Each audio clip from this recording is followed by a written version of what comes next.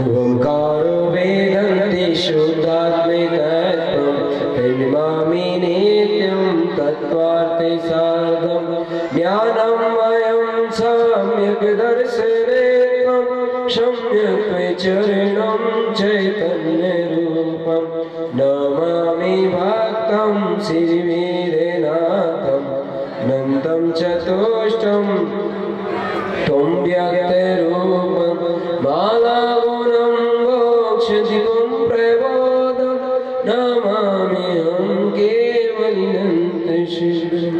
बोलो शुद्ध जिन्देशना की, शुद्धात्मदेव की, परम तत्व परमात्मा की, श्री जिनेन्द्र भगवान की। थोड़े से आगे आ जाओ ना आप लोग, पीछे वालों को थोड़ी रोड पे तक आ गए, आगे जाओ, आगे सर जाओ, थोड़ा थोड़ा आगे सर जाओ, थोड़ा थोड़ा आगे जाओ, आ जाओ आ जाओ। श्री बालारमण जी ग्रंथादिराज का स्थापना हुआ है और इस ग्रंथादिराज के स्थाप के माध्यम से सम्यक दर्शन की विशेष महिमा को हमने समझा है और एक रुचि भी लगी है कि ऐसे सम्यक की ज्योति हमें भी जलाना ही है, क्योंकि जीवन की सार्थकता सम्यक दर्शन से ही है। इसलिए अपने आत्मस्वरूप का श्रद्धा, आत्मस्वरूप का बोध और आत्मस्वरूप की प्रतीति पाने के लिए मिथ्या विकल्पों का त्याग करें और मिथ्या मान्यताओं का त्याग करें। दो चीजों का त्याग करना है, मिथ्या मान्यता और मिथ्या विकल्प। मिथ्या मान्यता क्या चीज होती है? जो जैसा नहीं है फिर भी उसे वैसे ही मानना है, ये मिथ्या मान्यता कहलाती है। जैसे सब द्रव्यों का, सब जीवों का परिणमन अपने पुण्य पाप के उदय से चलता है। पुण्य पाप के उदय से कर्म चक्रव्यूह के द्वारा ये सारी व्यवस्था चलती है। इसमें जीव किसी का कर्ता, धर्ता, भोक्ता, स्वामी, मालिक नहीं है। किंतु जीव ऐसा नहीं मानता, विपरीत मानता है। विपरीत क्या मानता है? कि मैं ही करता हूँ, मैं ही भोगता हूँ, मैं ही बनाता हूँ, मैं ही बिगाड़ता हूँ। ये जो विपरीत मान्यता जीव के चित्त में पड़ी हुई है, इस विपरीत मान्यता को जीव चित्त से निकाल के अलग करेगा और अपने चित्त में ऐसी श्रद्धा करे कि नहीं, मैं अकर्ता, अभोक्ता, शुद्ध। जो श्रद्धा चित्त में डली हुई है वो मिथ्या श्रद्धा है।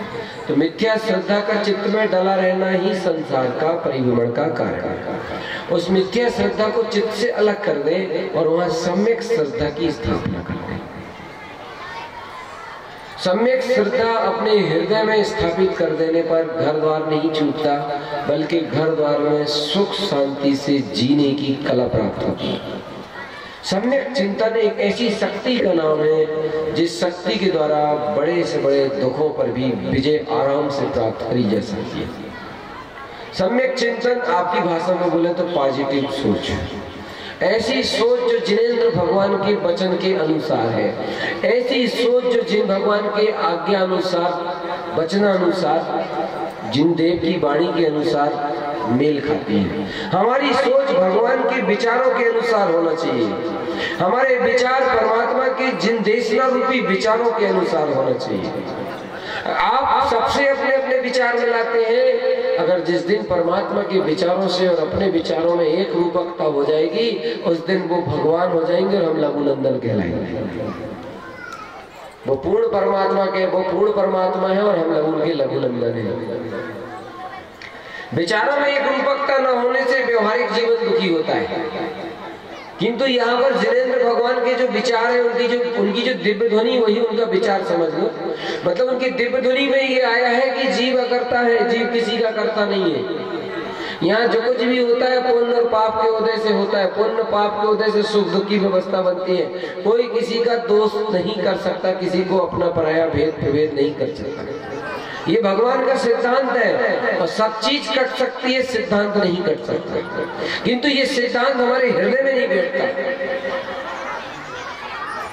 ये जो सिद्धांत है ये हृदय में नहीं बैठता, क्योंकि हृदय में मिथ्या मान्यता बैठी है कि मैं ही तो करता हूँ, मैं ही तो बनाता हूँ, मैं ही तो बिगाड़ता हूँ, मैं ही तो लाता हूँ, मैं ही तो ले जाता हूँ। ये कितनी दूषित मान्यता है इस जीव की। एक सज्जन हमारे पास आए और कहने लगे, देखो पंडित जी, हमने ये बहुत बढ़िया मकान बनवाया, देखो आप कितना सुंदर मकान बनाया। वो अपने मकान के बारे में हमें बताने लगे, देखो कितना सुंदर, कितना अच्छा हमने ये मकान बनवाया। पूरा मकान उन्होंने अपना दिखाया और उसके बाद फिर हम एक स्थान पर बैठ गए। मेरे मन में एक चिंतन आया और उस चिंतन के दौरान मैंने उस व्यक्ति से पूछा, क्यों भाई, इस मकान को बनवाने के लिए इंजीनियर कहाँ से बुलवाया था? कहने लगे, फलाने फलाने शहर से बुलवाया था। जो मिस्त्री था वो कहाँ से आया था? वो भी फलाने फलाने गांव से, शहर से आए थे। ऐसा उन्होंने बताया। मेरे मन में विचार आया, ये इतना, इस मकान को बनाने के लिए इस व्यक्ति की ये धारणा है कि मैंने बनवाया, मैंने इसकी रचना की, फलाने फलाने स्थानों से इन लोगों को बुलाया, जब ये मकान बन के तैयार हुआ। मैंने उस व्यक्ति से पूछा, तुम एक बात बताओगे मेरे लिए? तो लगे, पूछो। मैंने कहा, ये बताओ, इस मकान को बनवाने के लिए तुम्हारी धारणा में ये है कि हमने ऐसा ऐसा किया, फलाने फलाने स्थान से ये सब व्यवस्था जुटाई। ये जो मकान बना है, ये शरीर रूपी मकान, जिसकी फिटिंग बराबर है, बिल्कुल नाक यहाँ सेट की गई है, आँख यहाँ सेट की गई है, कान यहाँ सेट की गई है, पूरा बिल्कुल सिस्टमेटिक किया गया है। ये जो मकान बना है, ये शरीर का मकान जिसमें तुम रहते हो, इसकी रचना कौन ने की थी? इसके लिए कौन सा इंजीनियर गर्भाशय में गया था? है कोई जवाब? गर्भाशय के अंदर कोई इंजीनियर गया था इसका नक्शा पास करने के लिए, यहाँ आँख सेट कर दो, यहाँ कान सेट कर दो, यहाँ मुंह सेट कर दो, यहाँ लीवर, यहाँ किडनी, यहाँ अमाशय, ये सब पूरा ये फिटिंग बिठाने के लिए कौन गया था माता के गर्भ के अंदर? तुम ये बताओ कि ये मकान तुमने बनाया है, जिस मकान में तुम रह रहे हो, जिसका नाम देह है, जिसका नाम शरीर है, उसको किसने बनाया? जवाब दो। कितना अजूबा प्रश्न है। जिस देह रूपी मकान में तुम रह रहे हो, उसकी रचना कौन ने की है? उसको कौन ने बनाया है कोई तुम्हारे पास इस प्रश्न का समाधान? तो आदमी कहता है, पंडित जी, ये कैसा प्रश्न है आपका? मैंने कहा, प्रश्न में क्या दिक्कत है? प्रश्न तो प्रश्न है। जब तुम ये कहते हो कि देखो मैंने कितनी ध्यान से इस खिड़की को यहाँ सेट करवाया, ये दरवाजे को यहाँ सेट करवाया, जबकि वो कह रहा था यहाँ नहीं, यहाँ सेट होना चाहिए, मगर मैंने अपनी बुद्धिमत्ता से ऐसा किया। भाई मेरे, इसकी सेटिंग कौन ने करी? मानना पड़ेगा, सत्य से मुंह नहीं चुरा सकते, सत्य से पीठ नहीं चुरा सकते, सत्य को पीठ नहीं दिखा सकते। जो लोग सत्य को स्वीकार नहीं करते, सत्य को पीठ दिखाते हैं, सत्य को आत्मसात नहीं करते हैं, वही लोग इस संसार में दुख भोगते हैं। सुख का एक ही उपाय है, सत्य का साक्षात्कार। सुख का एक ही उपाय है, सत्य को आत्मसात करना। सुख का एक ही उपाय है, सत्य कहीं बाहर नहीं, सत्य देह देवालय के अंदर छुपा है। ऐसे सत्य स्वरूप का अनुभव और अनुभूति श्रद्धा करना, ये सत्य है। जिनेंद्र भगवान ने जो वस्तु का स्वरूप दिया है, वो बिल्कुल सत्य है, जैसा का तैसा, इसे कोई बदल नहीं सकता। फिर वो आदमी कहने लगे, बोले पंडित जी, इसकी रचना तो ऑटोमेटिक हुई है। अरे भाई, ऑटोमेटिक हुई है तेरी, जब जिस देह में तू रह रहा है, अरे चेतन, जब जिस देह में तू रह रहा है, उस देह की रचना ऑटोमेटिक हुई है, कर्मों से हुई है, कर्मोदय से हुई है। उस देह की रचना पुण्य पाप रूपी कर्मोदय से हुई है। उस देह की रचना पुण्य पाप रूपी कर्मों ने इस देह को रचा है। ये मकान जब पुण्य पाप ने रचा है, तूने नहीं रचा, तो ये सामग्री भी पुण्य पाप के उदय से आई है। पाप के उदय से व्यवस्थाएं बनती है, पुण्य के उदय से व्यवस्थाएं बनती है, और पाप के उदय से बिगड़ जाती है। जो जीव पुण्य और पाप की व्यवस्थाओं में नहीं उलझते और अपने गायक प्रभु का अनुभव करते हैं, वो भव से पाप हो जाते हैं। ये कर्मों की व्यवस्था है, मेरी व्यवस्था नहीं। मैंने सुंदरी अपने पिता से कहने लगी, बोले पिताजी मुझे जो भोजन मिलता है वो कर्मों की व्यवस्था है, भाग्य की व्यवस्था है, तुम्हारी व्यवस्था नहीं है, तुम इसके मालिक नहीं हो। ये संसार पुण्य पाप के दो कहार इस जीव आत्मा की डोली को धो रहे हैं। पुण्य रूपी कहार और पाप रूपी कहार इस जीव आत्मा को अनादिकाल से इस चक्रगति संसार में ढो रहे हैं। पुण्य से ऊंचे, पाप से नीचे ये स्थिति परिस्थिति बन गई। निकलना है अगर इस चतुर्गति संसार से, तो मेरे श्री गिरधारण स्वामी कहते हैं अकेला पाप प्रक्षालितम नहीं, पुण्य पाप दोनों ही प्रक्षालित। ये तारे पंथ है, यहाँ पर पुण्य की आराधना नहीं होती, यहाँ पुण्य की शिक्षा नहीं होती, यहाँ पुण्य का लोभ नहीं होता। सदगुरु तारण तरण देव के अंगने में पाप तो पाप, पुण्य को भी प्रक्षालित कर दिया जाता है।